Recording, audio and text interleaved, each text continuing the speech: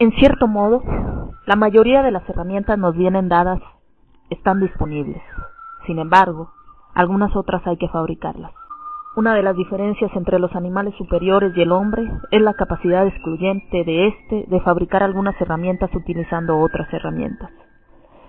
Un mono puede agarrar un palo para cazar algunas hormigas. Una paloma puede valerse de ramas para hacer un nido. Pero lo que ningún animal puede hacer es fabricar una herramienta a partir de otra. Hay muchos tipos de herramientas. Algunas sirven para muchos fines y otras son muy específicas.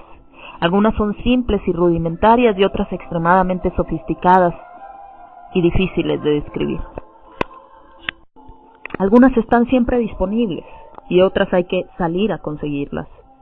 Hay, por fin, algunas herramientas que se pueden usar intuitivamente desde la primera vez que uno las descubre. Sin embargo, hay otras que habrá que aprender a utilizarlas. Yo puedo tener una herramienta, pero si no sé usarla, no me sirve. ¿Cómo podría servirme de una sierra eléctrica si no sé cómo se prende, cómo se usa, cómo se manipula? Lo más probable es que me lastime, que en lugar de hacer una cosa en mi beneficio haga algo que me perjudique. Estas herramientas pertenecen a dos grandes grupos: recursos externos y recursos internos. Ya hemos visto que desde muy pequeños hemos sido forzados a aprender qué es adentro y qué es afuera. No obstante, la mayoría de los pacientes que visitan un consultorio terapéutico sobreviven a un cierto grado de falta de conciencia en este punto. Y la consecuencia es nefasta. Se viven como propios algunos hechos y situaciones que en realidad son externos, o más frecuentemente ven colocado afuera algo que en realidad está sucediendo adentro. Por ello es necesario hacer esta aclaración. A todos aquellos recursos que están de la piel para adentro, los llamaré internos. Y a todos los que están de la piel para afuera, externos. Recursos externos. Los recursos externos son aquellas cosas, instituciones y personas que desde afuera me pueden ayudar a retomar el camino perdido. La casa donde yo vivo, mi trabajo, el auto, el dinero de mi cuenta bancaria, son las cosas que forman parte de mis recursos externos. Si nosotros no contáramos con este recurso, no podríamos solucionar muchas cosas. Ante un problema, por ejemplo, tenemos que hacer un gasto porque saltó la instalación eléctrica. ¿Qué hacemos? Nuestros ahorros, nuestras reservas, son el recurso que utilizamos para resolver este problema. En cuanto a las instituciones, aunque yo no me atienda en el hospital que hay a 5 cuadras de mi casa, ese hospital es un recurso. La obra social a la cual pertenezco es un recurso, la use o no, puedo valerme de ella. Otro tanto pasará con la facultad donde estudié, la biblioteca de mi barrio o la comisaría de mi zona. Volviendo al ejemplo del gasto imprevisto, si mis ahorros no alcanzan o no existen, puedo ir al banco más cercano a pedir un crédito. También las personas pueden ser recursos. Nuestros amigos, maestros y familiares son algunas de las personas a las que solemos recurrir. Quizás algunos de ellos pueda prestarme el dinero si el banco me lo niega, y quizá más todavía, mi amigo Alfredo, que es tan habilidoso, me quiera dar una mano para hacerlo. Un ejercicio interesante puede ser anotar en una hoja los recursos externos que yo tengo. Y sobre todo, quiénes son las personas de mi mundo con las que cuento y para qué cuento. Con algunas personas cuento para divertirme, con otras para charlar, para que me den un abrazo cuando lo necesito, para que me presten dinero, para que me cobijen o me protejan, o para que me den un buen consejo económico. En fin, esto es infinito. Les sugiero que investiguen con quiénes cuentan y para qué en cada caso. Como es un ejercicio de uno para con uno, no hay necesidad de mentir. Al hacer esta lista es probable que nos llevemos algunas sorpresas. Por ejemplo, que una persona figure muchas veces, que alguien que a priori uno pensaba que no iba a figurar, figure tercero, que otro que uno había pensado que seguramente figuraría, no figure, ni último. A veces es necesario tener el coraje de pedir ayuda a alguien que representa un recurso externo. Una situación sin resolver se queda flotando y una cantidad de nuestra energía quedará atrapada en esa situación y no se podrá seguir adelante. Hay que aprender a pedir ayuda sin depender y hay que aprender a recibir ayuda sin creer que uno está dependiendo. Cuidado. Recibir ayuda no es lo mismo que depender. Ahora veamos los recursos internos. En el fondo de mi casa hay un cuarto de herramientas. Tengo allí todas las herramientas que podría necesitar para las tareas con las que me enfrento a diario. Es increíble. Hubo una época de mi vida en la que todavía no había descubierto la existencia de este cuarto del fondo. Yo creía que en mi casa simplemente no había un lugar para herramientas. Cada vez que necesitaba hacer algo tenía que pedir ayuda a alguien o pedir prestada la herramienta necesaria. Me acuerdo perfectamente el día del descubrimiento. Yo venía pensando que debía tener siempre a mano las herramientas que más usaba y estaba dispuesto a hacerme de ellas, pero me quedé pensando que antes debía encontrarles un lugar en mi casa para poder guardarlas. Recordaba con nostalgia el cuartito de chapa del fondo de la casa de mi abuelo Mauricio, y tenía muy presente mi inquietud de aquel día en que llegué a casa con mi primera herramienta. Me desesperaba pensar que se me podía perder si no le encontraba un lugar. Al final, por supuesto, la había apoyado en un estanque cualquiera y todavía recuerdo en los puños la bronca de no encontrarla cuando la necesitaba, y tener que ir a buscarla a las casas de otros como si no la tuviera.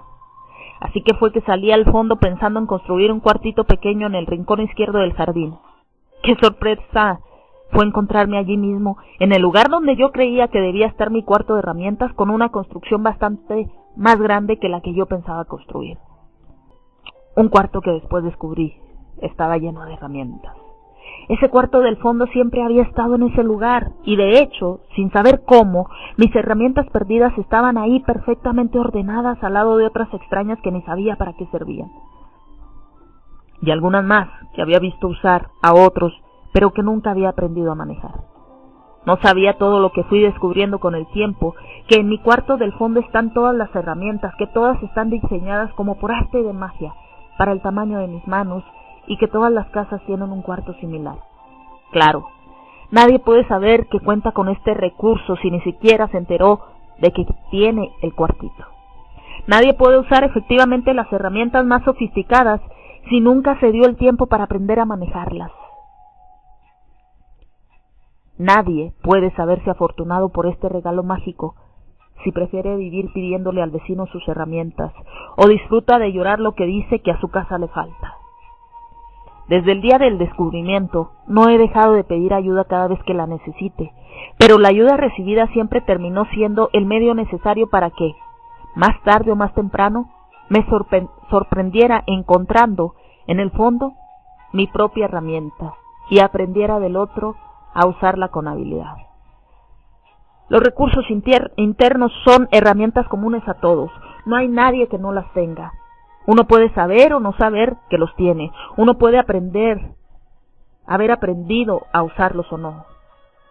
Podrás tener algunas herramientas en mejor estado que otros, que a su vez te aventajarán en otros recursos, pero todos tenemos ese cuartito de herramientas, repleto de recursos suficientes, digo yo, si nos animamos a explotarlo y a explorarlo.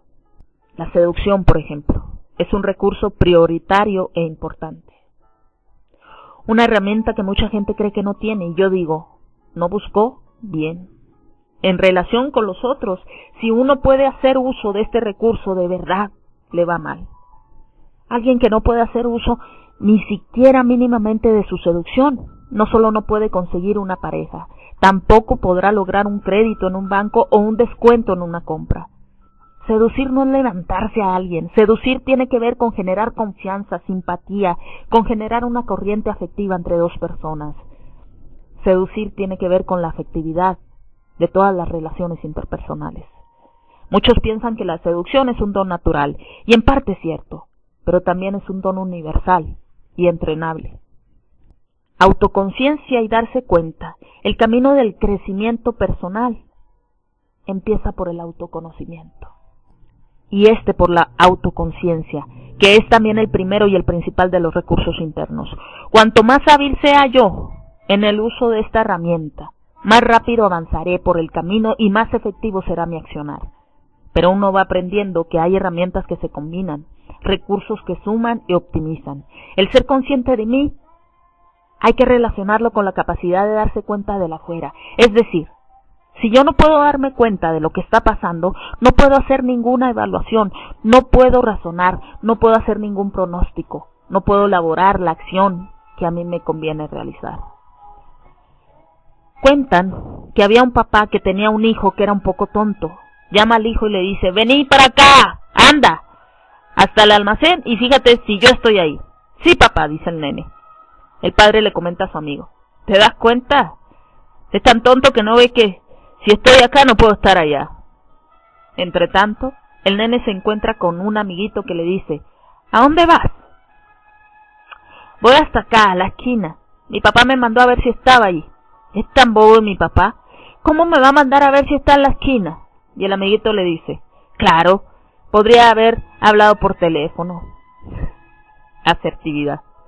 Después del darse cuenta de uno mismo, para mí el recurso más importante es la capacidad de defender el lugar que ocupo y la persona que soy.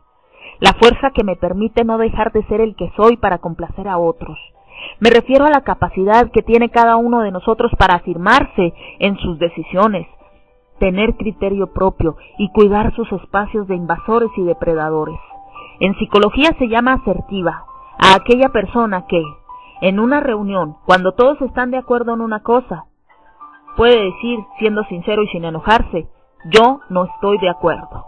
No estoy hablando de ser terco, estoy hablando de mostrar y defender mis ideas. Estoy hablando también, por extensión, de la capacidad para poner límites, de la valoración de la intuición y de la validez de la propia percepción de las cosas. Estoy hablando de no vivir temblando ante la fantasía de ser rechazado por aquellos con los cuales no concuerdo. Estoy hablando, finalmente, del coraje de ser quien soy. Emociones. Para hablar de sentimientos vamos a tener que ponernos de acuerdo sobre su significación. Como su nombre lo indica, una emoción es un impulso a la acción. Cada respuesta afectiva es la antesala de la movilización de energía que necesito para ponerme en movimiento. Por eso los afectos son parte de los recursos internos. Cuento con ellos para destrabarme.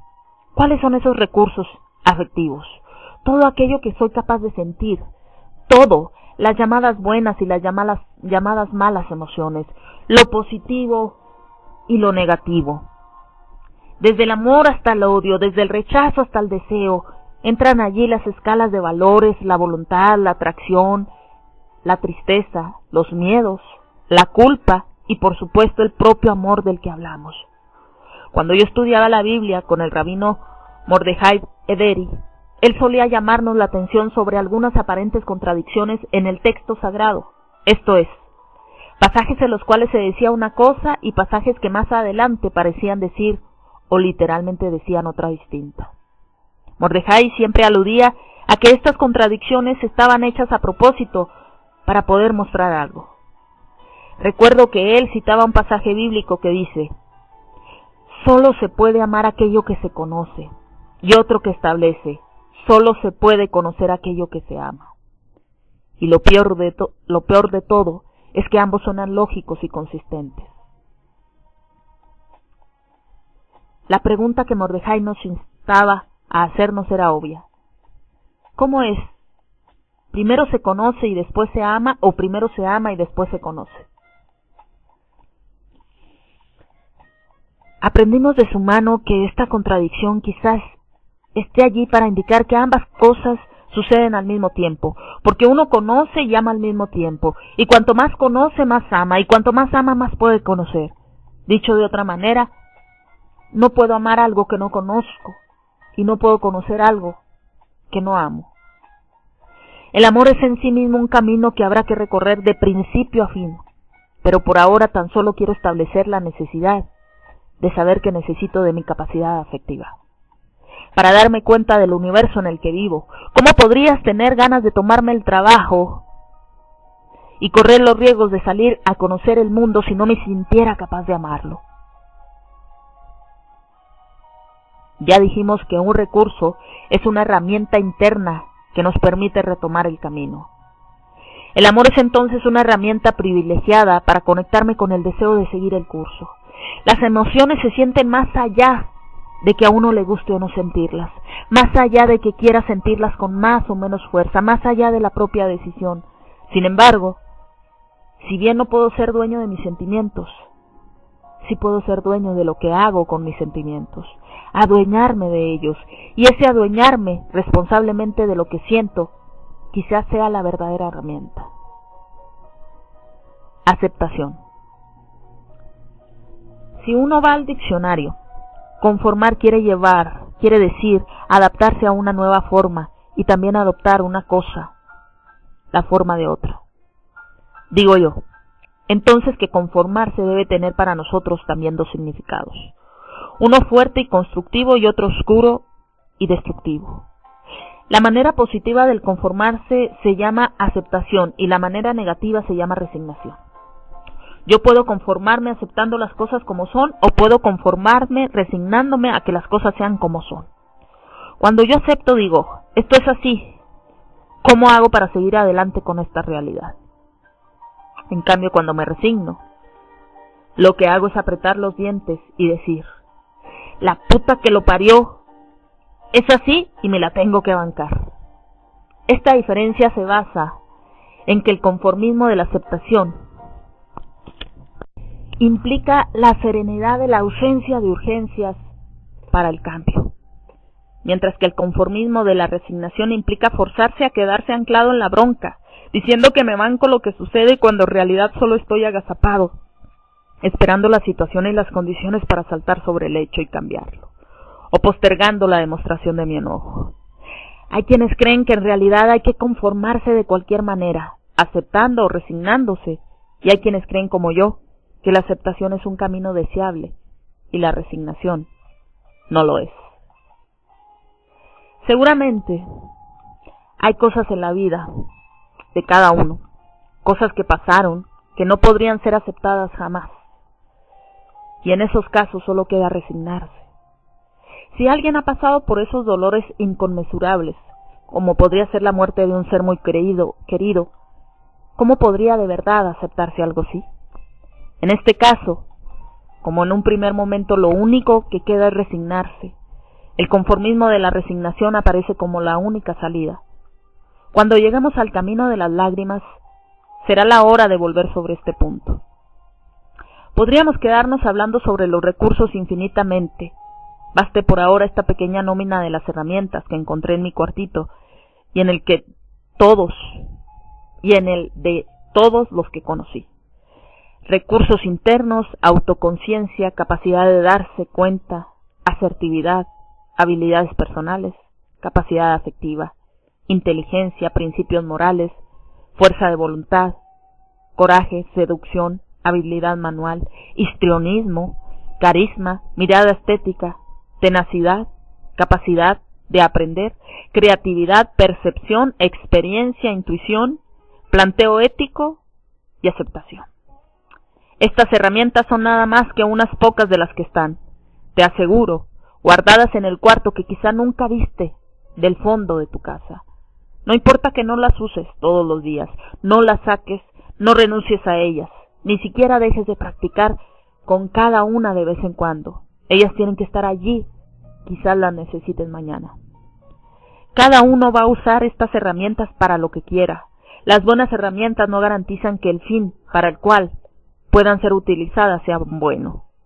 Como sucede con todas las herramientas, no solo hay que saber usarlas, sino que será necesario dirigir su uso.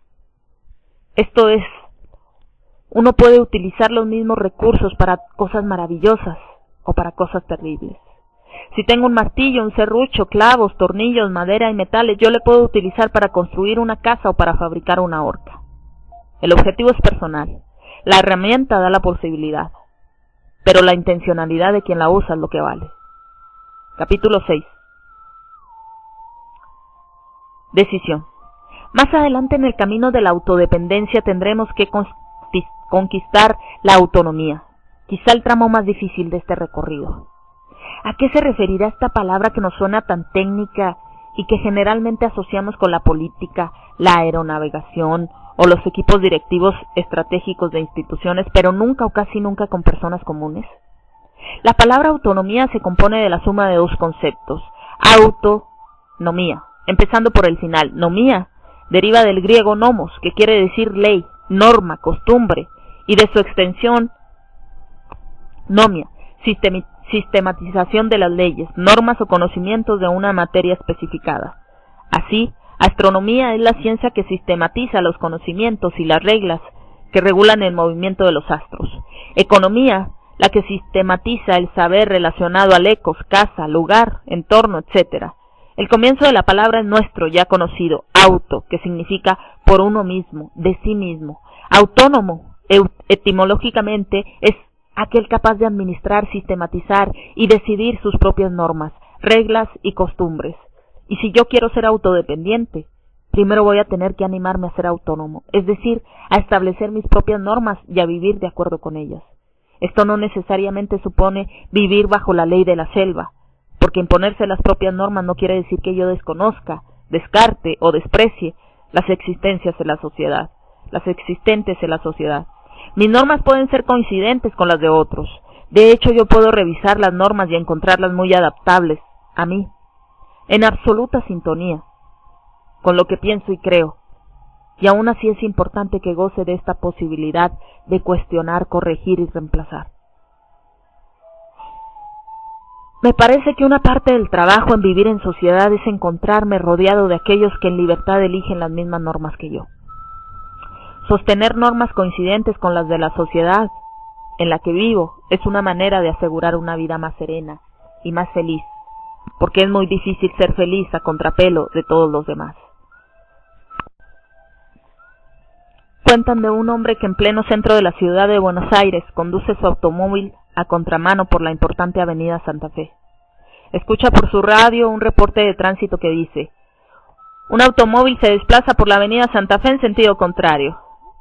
El hombre mira al frente y exclama: un auto, dice, ¡ja! Como mil hay, como mil. Yo puedo fijarme en mis propias normas y llegar a ser totalmente autodependiente. Pero esto no quiere decir ignorar desafiante las leyes. En el peor de los casos significará el permiso de cuestionarlas. Puedo imponer mis reglas a mi vida, pero eso nada tiene que ver con imponerte mis normas a ti. Hay una anécdota de la vida del doctor Fritz Perls que siempre me fascinó. Fritz era ya un reconocido terapeuta en los Estados Unidos. Un sábado en el centro de conferencias del Centro Evangelista de Big Sur, en California, se organiza una conferencia entre 4 representantes emblemáticos de las escuelas terapéuticas en los Estados Unidos. Estaban allí convocados Rogers, Skinner, Whittaker y el propio Perls. La cita era para las 10. Un poco más tarde, y pidiendo disculpas como siempre, llega Fritz. Está vestido con su clásica cazadora beige arrugada. Decía que no tenía mucho sentido sacarse la ropa cuando uno va a acostarse si piensa volver a ponérsela a la mañana siguiente. Y un par de sandalias de cuero. Llevaba su larga barba de profeta desarreglada y el poco pelo despeinado por el viento. Los organizadores anuncian el comienzo de las ponencias y Carl Rogers empieza a hablar. Muy interesado por lo que escucha, Fritz se apoya en el escritorio y automáticamente saca un papel de cigarrillo del bolsillo superior de la chaqueta. Se arma un cigarrillo, lo enciende y sigue atentamente la exposición mientras exhala grandes bocanadas de humo blanco. De pronto, un hombre de la comunidad se acerca y le susurra: «Disculpe, señor doctor Perls, este es un templo y aquí no se permite fumar. Perdone». Fritz apaga el cigarrillo enseguida en una hoja de papel y dice: «Perdone usted, yo no lo sabía». Unos minutos después, discretamente, Fritz sale en dirección al hall. Rogers termina de hablar. 500 médicos y psicólogos aplauden sus palabras. Skinner empieza su presentación y el hombre de la comunidad se da cuenta que el doctor Perls no ha vuelto a entrar. Sale al hall a buscarlo. Ya debe haber terminado su cigarrillo, pero no lo ve. Va a los baños y no lo encuentra. Sale a la calle, pero el invitado ha desaparecido. Preocupado, llama a la casa del doctor para avisar lo ocurrido. Atiende el propio doctor Perls. «¿Hola?» El hombre reconoce su típica ronca voz. «Doctor Perls, ¿qué hace usted ahí?» «Yo vivo aquí», contesta Fritz. «Pero usted debería estar aquí, no en su casa», argumenta el hombre un poco enardecido. «¿Perdón? ¿No fue usted el que me dijo que allí no se puede fumar?» «Sí, ¿y?» «Yo fumo. De hecho, soy un fumador. Los lugares donde está prohibido fumar no son para mí». «Bueno, doctor, Si para usted es tan importante, no. Yo soy incapaz de contrariar la decisión del lugar, no me parece justo. Tampoco es justo que la gente que quería escucharlo no lo escuche. Es verdad, pero esa no es mi responsabilidad. Las personas que me invitaron debieron advertirme que yo no podría fumar, entonces les hubiera avisado que no contaran conmigo. Ahora no tienen remedio. Y me parece ver en esta actitud un canto a la libertad individual, pero también un himno al respeto por las decisiones de los demás. Porque si soy autónomo, no puedo elegir más que desde mi libertad, aunque muchas veces tenga que pagar un precio por él. Parece que nuestro planteo se desplaza. Definida la autonomía, nos queda saber a qué vamos a llamar libertad. Cuando uno empieza a pensar en este tema, la primera idea que aparece es casi siempre la misma. Ser libre es poder hacer lo que uno quiere. Y entonces la pregunta que se dibuja es, ¿existe realmente la libertad? Porque sabemos que nadie puede hacer todo lo que quiere. Nadie puede, por lo tanto, ser totalmente libre. Si nos detenemos brevemente, no podremos evitar llegar hasta esa horrible conclusión, que no podemos ser libres, por lo menos no absolutamente libres, y nos consolaremos pensando que por lo menos podemos conquistar algunas libertades. Por ejemplo, la libertad de pensamiento. ¿Acaso un poquito limitados por nuestra educación y un poco más aún restringidos por las influencias de la publicidad? Creo que podríamos acordar que tenemos la libertad absoluta de pensar lo que se nos venga en gana, sin restricciones, sin censuras, sin impedimentos. Sin embargo, cuando nos preguntamos si somos libres, sinceramente, ¿nos referimos a esta idea de libertad? Parece ser que no. Porque al reducir el concepto de libertad al pensamiento, estaríamos omitiendo una serie de aspectos importantes que tienen que ver con lo fundamental de nuestra vida. Afortunadamente mucho más ligada a la acción que al pensamiento. Si algo me define en mi relación con el universo, esto es mucho más lo que hago que lo que pienso, y en el mejor de los casos lo que hago con lo que pienso. Llegados aquí, el asunto es el siguiente. ¿Para qué me sirve pensar libremente si no puedo actuar? Conformarme solo con la libertad de pensamiento conduce a no tener el espacio en el cual vivir mi vida. Sería como armar un mundo virtual de infinitos como sí, computados y programados. Un mundo de fantasías sin sorpresas con el propio intelecto como protagonista. Un mundo feliz como el de Huxley, absolutamente previsible y tedioso. Una obra de teatro con infinitos ensayos pero nunca estrenada. La libertad de pensar es muy importante, pero no ganamos nada si no somos capaces de hacer algo con lo que pensamos. Si no podemos convertirla en acción, aunque sea una pequeña acción para nosotros mismos. La acción, en cambio, puede cambiar nuestra inserción en el mundo, puede sorprendernos con lo imprevisto y a su vez terminar modificando lo que pensamos.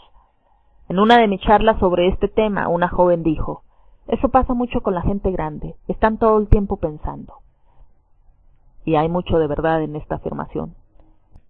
Yo no tengo nada en contra de pensar, sencillamente digo que la libertad de pensar sola no conduce a nada y no es una libertad de la cual uno se pueda ufanar. Lo que importa del ejercicio de la libertad tiene que ver con la acción, con la libertad de hacer. Al respecto, si confirmamos que nadie puede hacer todo lo que quiere, debemos aceptar con resignación que la libertad absoluta no existe.